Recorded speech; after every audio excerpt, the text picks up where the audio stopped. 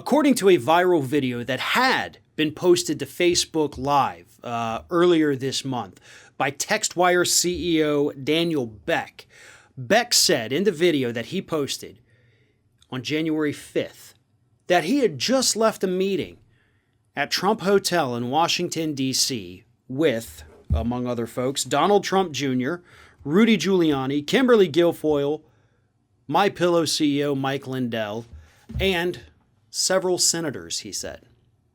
And in this meeting, what was discussed was how to put pressure on lawmakers to overturn the results of the Electoral College's voting.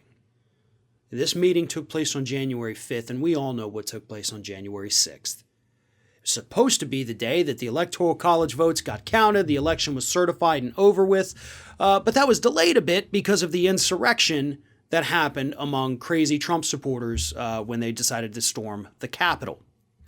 So this meeting that Trump's kids were at, Eric and Don Jr., was for them to talk about overturning the results of our entire democratic process. In short, how to overthrow the newly elected government, basically. It gets a little more in depth because that was not the only video that was posted.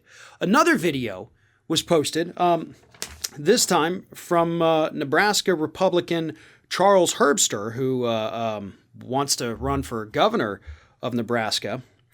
And he posted on Facebook that he also met Tuesday, January 5th, in Trump's private residence in his D.C. hotel with the sons, Don Jr. and Eric, among other Trump campaign advisors. And he goes on to list those as Eric Trump, of course, Michael Flynn, Tommy Tuberville, the new senator from Alabama, Peter Navarro, who's Donald Trump's trade advisor, or was, Corey Lewandowski, David Bossie, Adam Piper, and, of course, the other individuals mentioned before, Trump Jr., Giuliani, Lindell, Guilfoyle.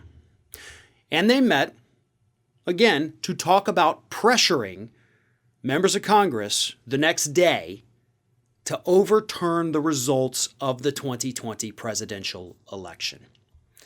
Now, what does this mean? Right? Because that's the $10 million question. That's what everybody wants to know. Okay, well, they were there. They were discussing these things. So what happens now? Short of investigations, nothing. And that's the problem. We have this evidence. We have these videos, even though some people have sworn up and down they weren't at the meeting. Tuberville's one of them. I was never there.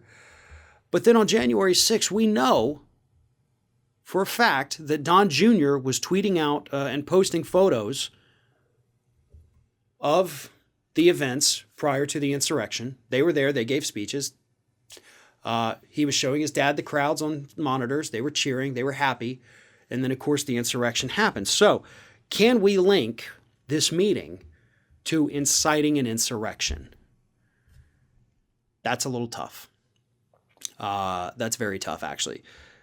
There's no question that these individuals, if this meeting did serve the purpose that they claim it served to try to overturn the results, then it's pretty obvious that, yes, these individuals were discussing ways to essentially overthrow the government. That is what this is. They weren't the government in power at the time, but they were the government that was about to take power, and they wanted to do whatever they could to circumvent that. So, yes, it would be pretty obvious that, yeah, they did the thing. However, did they incite the insurrection? That is, again, the biggest question. That's the question of Trump's impeachment. In an impeachment, the threshold for proving those things is a lot lower than it would be in a criminal trial. And obviously, the rest of these individuals, you can't impeach them, so it would have to go to a criminal court where you would have to be able to prove intent. Because it's one thing to go out there and fire up a crowd. It's another to actually openly encourage them in a way that prosecutors could prove in a court of law. And I'm sorry, but that, unfortunately, is a very high threshold to reach. And we don't know at this point if their conduct rises to that level. And that's we know, though. We know their conduct does, in fact, rise to that level. We know they enjoyed what happened. But can you prove it beyond a reasonable doubt in a court of law in front of a jury? It's not that easy, folks. And will they even be investigated for this? Who knows? But the evidence at this point is becoming overwhelming that Donald Trump's children and all of his closest allies wanted to overturn the results of the democratic process here in the United States. And if that doesn't at least warrant an investigation, then I don't know what does at this point.